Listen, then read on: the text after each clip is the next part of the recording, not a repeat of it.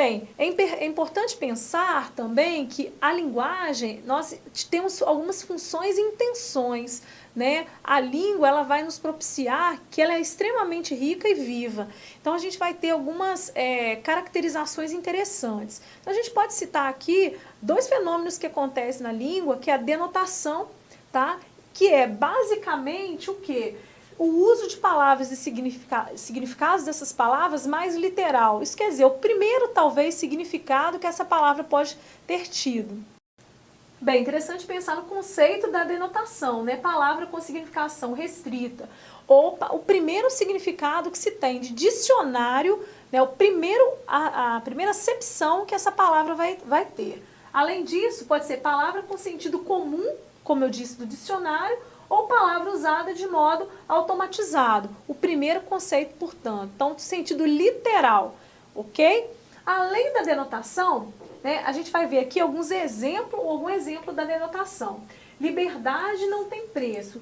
Dependência, sim. Drogas, é possível viver sem elas. Da associação, parceria contra drogas. Vocês podem perceber aí, nesse exemplo, que a linguagem toda é denotativa. Nenhuma das palavras ou expressões utilizadas tem um sentido literal. Eles são sentidos o quê? Realmente estritos. O primeiro sentido, primeiro da acepção dessas palavras aqui, ok? Então, no caso de drogas, a gente não tem um duplo significado, a gente está realmente falando de substâncias, né, que são proibidas ou que nos causam mal, ok?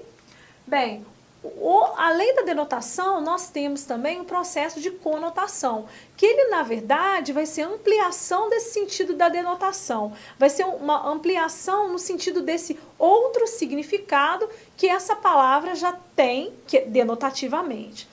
Então, a conotação pode ser entendida como palavras com expressões amplas, né, com uma expressão mais ampla, palavra cujos sentidos extrapolam o sentido comum, como eu disse, e palavra usada de modo criativo, né, o uso mais despojado ou, né, com um duplo sentido que essa palavra pode vir a ter.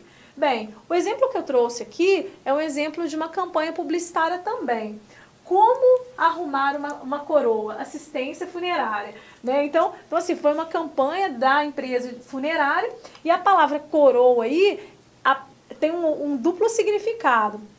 Na verdade, aqui a gente tem a imagem, né, de um senhor, de um idoso, e ele, né, aparentemente, esse é um significado que pode ser de uma companheira, uma coroa, no caso, uma senhora também, né, idosa, ou, né, ou a coroa, que é o sentido que realmente a campanha está notificando, que é de uma coroa de flores, né, para o funeral, né, desse público-alvo aí que a empresa está querendo tratar.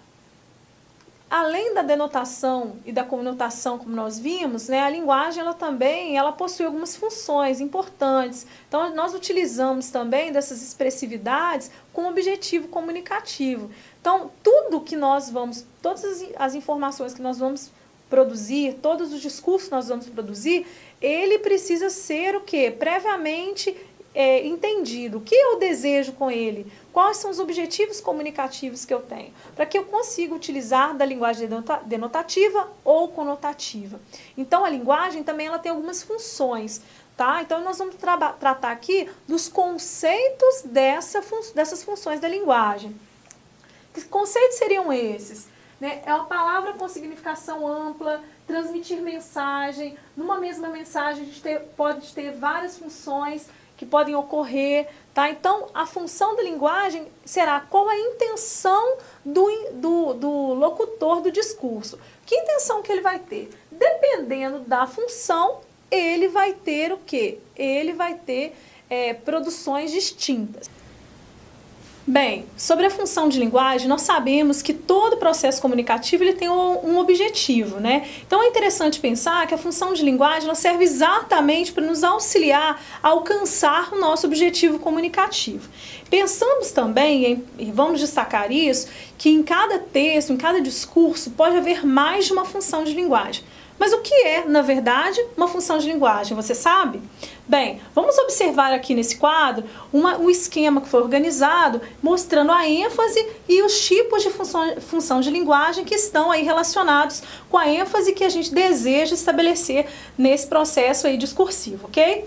Bem, a gente percebe que a função de linguagem ela tem como finalidade o processo comunicativo. E numa mesma linguagem, como eu disse, várias funções podem ocorrer. Então, a função de linguagem emotiva, ela tem um ênfase no emissor. Já a função apelativa no receptor, a referencial no referente, a fática no canal, a poética na mensagem e a metalinguística no código. Então, o que determina a função de linguagem predominante é a ênfase que nós queremos dar a cada um aí desses fatores, ok? Mas isso é muito teórico. Vamos passar por alguns exemplos que talvez fique mais claro para você. Bem, em relação à função de linguagem, eu trouxe aqui um texto do Paulo Leminski. Vamos ler? Apagar-me, diluir-me, desmanchar-me, até que depois de mim, de nós, de tudo, não reste mais que o charme.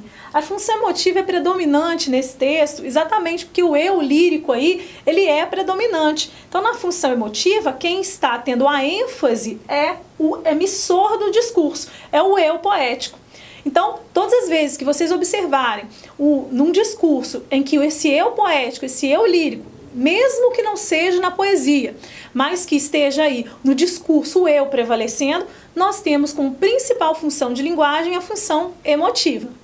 Bem, além da função emotiva, nós temos a função fática. A função fática, ela se centra aqui exatamente no contato, nesse canal de comunicação, ok? Então, geralmente, o que nós estamos fazendo aqui? Nós estamos estabelecendo o canal, entendendo qual é, se o meu receptor e meu destinatário estão aí conectados, estão entendendo e são capazes de se comunicar. Então, o alô, tudo bem, ok? São elementos que vão me auxiliar no processo exatamente de testagem do canal de comunicação. Então, se vocês virem aí numa charge, num quadrinho, numa propaganda, essa prevalência do contato do canal de comunicação sendo o fator determinante, em relação à função metalinguística, o código aí é o fator que é preponderante, ok? O que é o código? É a linguagem, é o processo de comunicação. Então, se eu estiver fazendo uma poesia, o eu lírico vai falar sobre o processo de composição poética. Se eu estiver falando sobre cinema, utilizo o cinema para falar sobre cinema. Se eu estiver falando sobre televisão, o processo aí será exatamente esse. Utilizar do meio de comunicação para poder falar sobre meios de comunicação. A função metalinguística, ela é o quê? Ela auxilia aí nesse entendimento, né, desse canal de comunicação aqui, ok? Desse código. Então, eu trouxe para vocês um texto do Carlos Drummond de Andrade que ele vai retratar exatamente o fazer poético. Vamos a ele? Poesia.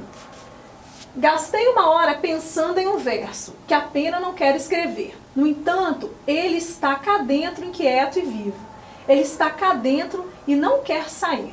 Mas a poesia deste momento inunda a minha vida inteira.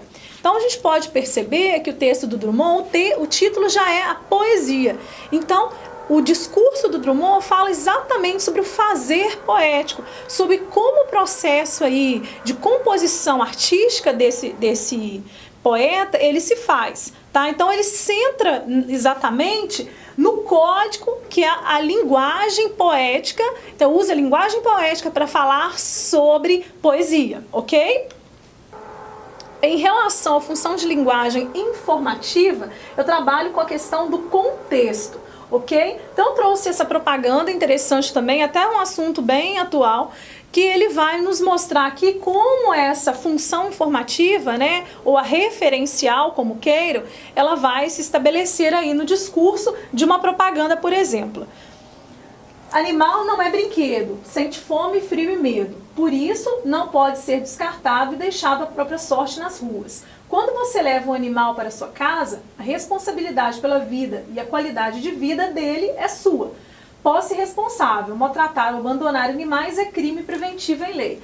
A função informativa, ela tem um objetivo claro e específico de alertar a população acerca de um determinado comportamento, informar sobre um determinado assunto, ok? É importante perceber que o contexto aí ele vai ser o fator que predomina, né, nesse discurso. Então a função aí informativa, ela tem exatamente esse objetivo, de informar, de esclarecer sobre um tema em especial, ok? A função apelativa, por sua vez, ela está além, por exemplo, da função informativa. A função informativa, ela trata de dados, né, de informações sobre um determinado conteúdo. A apelativa, ela tende a fazer com que o discurso da função em que usa-se a função apelativa, ela tem como objetivo principal fazer com que o seu interlocutor, ele mude um tipo de comportamento. O objetivo é tentar convencer esse destinatário que um comportamento X ou Y não é muito adequado, ok? Então, essa propaganda, ela vem, a propaganda, ela trabalha exatamente com essa função apelativa, porque ela deseja convencer, persuadir e fazer com que esse interlocutor mude seu posicionamento em relação a um determinado tema aí proposto, uso de determinado produto ou de comportamentos, ok? Essa é uma propaganda da dengue, né? Um assunto bem polêmico e hoje muito em voga no Brasil, tá? Então, o objetivo aqui é fazer com que as pessoas entendam, né, como é alarmante o caso de epidemia de dengue aí. Tá? Dengue, se você agir, podemos evitar. Então, ele chama o destinatário a uma posição de atuação, né, diante desse contexto, né, de epidemia aí no Brasil. Então, o objetivo da função apelativa, o foco é no receptor, exatamente porque é necessário que haja uma mudança de comportamento em relação a esse discurso, ok? Já a função poética, o foco é na mensagem. Eu trouxe aqui para vocês o texto de Carlos Drummond de Andrade. O objetivo aqui é mostrar exatamente que a importância dessa função, da função poética, é como o discurso é construído, é como a gente trabalha aí o processo de composição discursiva, utilizando aí, né, ou de figuras de linguagem, né, no caso da poética, ou, né, de processos de composição, de rimas no texto, se o texto for poético, por exemplo. Tá? Então vamos ao texto bem conhecido do Carlos Drummond de Andrade, que é Quadrilha. João amava Teresa, que amava Raimundo, que amava Maria, que amava Joaquim, que amava Lili, que não amava ninguém. João foi para os Estados Unidos, Teresa para o convento, Raimundo morreu de desastre, Maria ficou para a tia, Joaquim suicidou-se e Lili casou-se com J. Pinto Fernandes, que não tinha entrado na história. Esse é um poema muito conhecido, né, um poema modernista, em que o autor, né, o Carlos Drummond de Andrade, ele vai se focar na mensagem, no texto, na narrativa principalmente poética que ele estabelece aí ao contar a história desses tantos personagens que tem um processo, né, de entrelaçamento, e ele brinca também com o título, né, da quadrilha, né, dessa questão desses pares que se encontram ou se desencontram ao longo dessa narrativa e ao longo da vida. Bem, a unidade 1 também traz como principal tema os princípios fundamentais aí da coesão, os elementos que compõem o processo de coesão. Afinal, o que é a coesão? A coesão seria... os elementos coesivos seriam responsáveis, portanto, pela ligação entre as informações do texto, sobre os termos de uma oração. Eles auxiliam e colaboram com a formação de parágrafos harmoniosamente bem construídos. Então vamos ver aí um exemplo nessa propaganda de elementos coesivos, ok? Vamos lá. Essa propaganda ela foi construída, né, para a comemoração do Dia dos Professores. Vamos a ela. Para aqueles que acreditam que para o mundo ser melhor não basta adquirir conhecimento, mas é necessário compartilhá-lo, desejamos um feliz Dia dos Professores. Bem, eu identifiquei para vocês pelo menos 2 elementos coesivos aqui. O que é um conectivo muito importante, porque ele estabelece a conexão entre uma oração e o seu complemento, né, integrante aqui, o conectivo que. E o mais, que é um elemento conectivo muito usado quando a gente deseja estabelecer entre uma oração e outra o sentido de adversidade. Os elementos coesivos serão estudados na unidade 4. Então, assim, eu só trouxe a título de ilustração esse exemplo para que vocês entendam como esses elementos aí são interessantes e importantes no processo de harmonização de uma oração. A coerência, ela vai ser construída a partir do quê? Da organização de informações, de argumentos que vão auxiliar no processo, né, semântico, de entendimento da oração, né, portanto, do texto, né, propriamente dito. Bem, sobre coerência, eu posso indicar para vocês que existe uma relação que se estabelece entre as partes de um texto, criando uma unidade de sentido. Então, a coerência estabelece o significado, ela trabalha com o processo semântico do discurso. E as relações de sentido, não contradição de sentido, entre as passagens do texto e continuidade semântica. Já a questão da ambiguidade, ela é um contraponto da coerência. Então, a ambiguidade, ela vai ser o quê? Ela vai ocorrer quando há falta de clareza no discurso, mas também a ambiguidade, ela pode ser ocasionada de propósito. Exatamente quando se quer causar o riso ou quando se quer causar uma quebra de expectativa no telespectador, no receptor, porque nem sempre a ambiguidade ela pode estar relacionada como um erro, como um vício, por exemplo, estilístico. A ambiguidade ela também pode servir como um elemento que vai auxiliar no processo de argumentação, tá? Então, tem-se esse objetivo também, né, com o uso da ambiguidade. Bem, ela ocorre quando, por falta de clareza, a duplicidade de sentido da frase. Vamos observar essa oração. Ana disse à amiga que seu namorado havia chegado. Bem, o namorado é de quem? Da amiga, da Ana? Dessa maneira como foi construído, a gente não sabe quem é o referente dessa oração. Então, há o processo de ambiguidade. Nos nossos textos acadêmicos, é necessário que a gente evite exatamente esse tipo de processo aí que não colabora com a clareza discursiva. Então, é necessário saber exatamente, eu brinco assim, não tenham preguiça, detalhem, quem é o referente dessa oração. Esclareça isso muito bem. O texto sintético, ele é muito bom, porém, isso exige uma tarefa muito árdua, porque nem sempre a gente colocar um texto muito curto e sintético, a gente vai conseguir alcançar nosso objetivo comunicativo. Então, às vezes, é necessário a gente estabelecer a relação entre o seu referente para que não haja ambiguidade, o que nos textos acadêmicos não é um fator positivo, ok? Bem, o namorado é de Ana ou da amiga, né? O pai falou com o filho caído no chão. Quem estava caído no chão, pessoal? O pai ou o filho? Então, esses aí são alguns exemplos do processo de ambiguidade. Você gera aí um outro significado. Bem, é isso num texto discursivo. Agora, em algumas propagandas, isso pode ser positivo ou negativo. Eu trouxe para vocês aqui um exemplo de uma propaganda de uma rede de lojas e que há exatamente essa, acredito que não tenha sido intencional, mas o exemplo existe, então vamos a ele, tá? Móveis por estes preços não vai durar nada.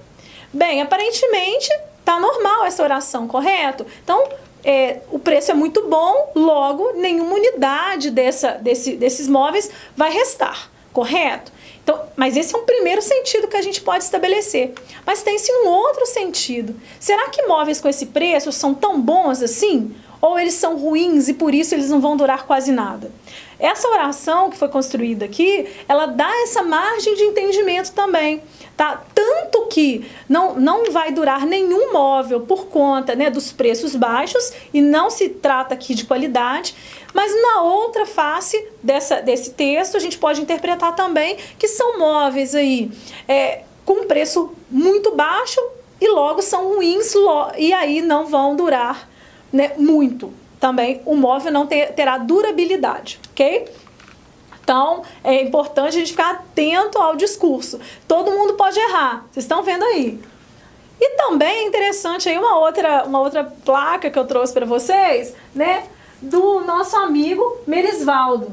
cabeleireiro somente aos domingos, né? Então, assim, essa somente aí do jeito que foi escrito, não tá correto, né? A grafia não tá correta. Somente é junto, tá, pessoal? Somente. Do jeito que tá escrito aí, ele somente aos domingos. Isso quer dizer que os outros dias da semana ele não mente também.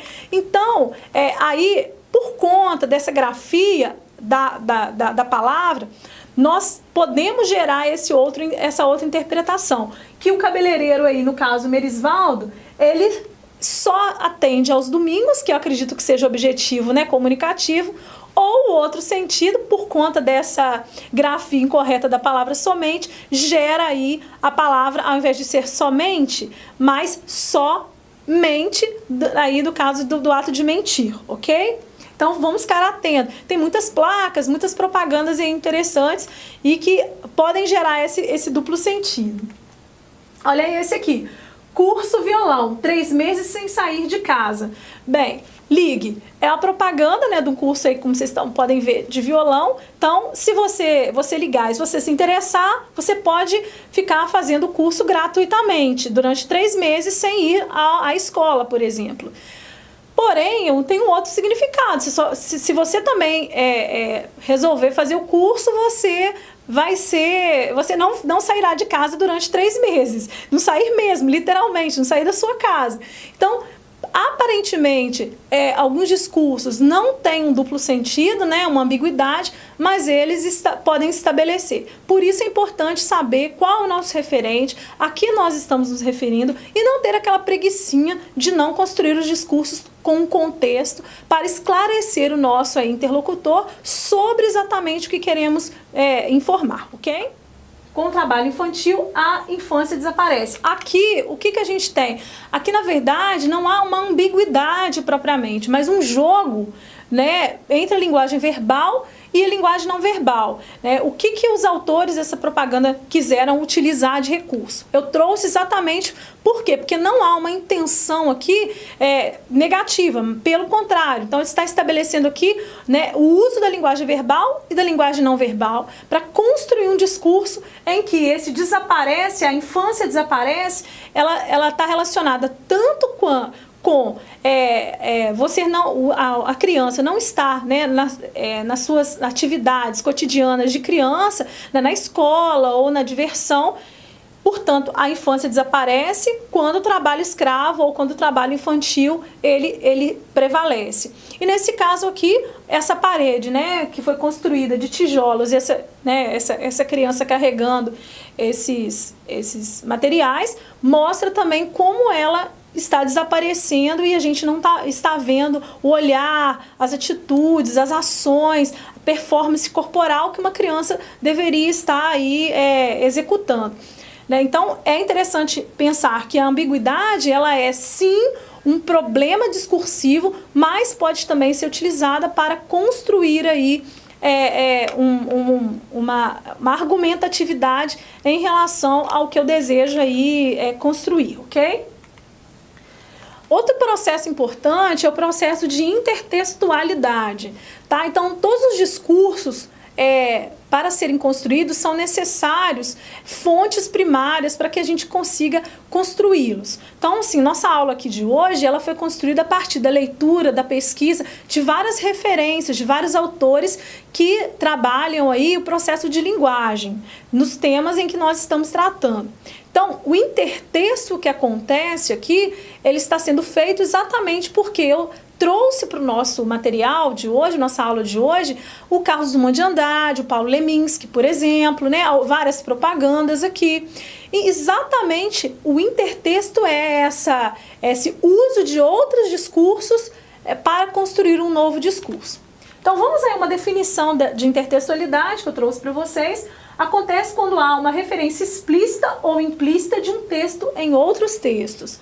Quando ocorre geralmente em textos literários, não literários, publicitários, na música, pintura, filme, novelas. Então, todas as vezes que a gente conseguir reconhecer outras fontes num discurso moderno, um determinado discurso, seja na música, na pintura, na arquitetura, né, nos filmes, nas novelas, nós vamos ter o intertexto, ok?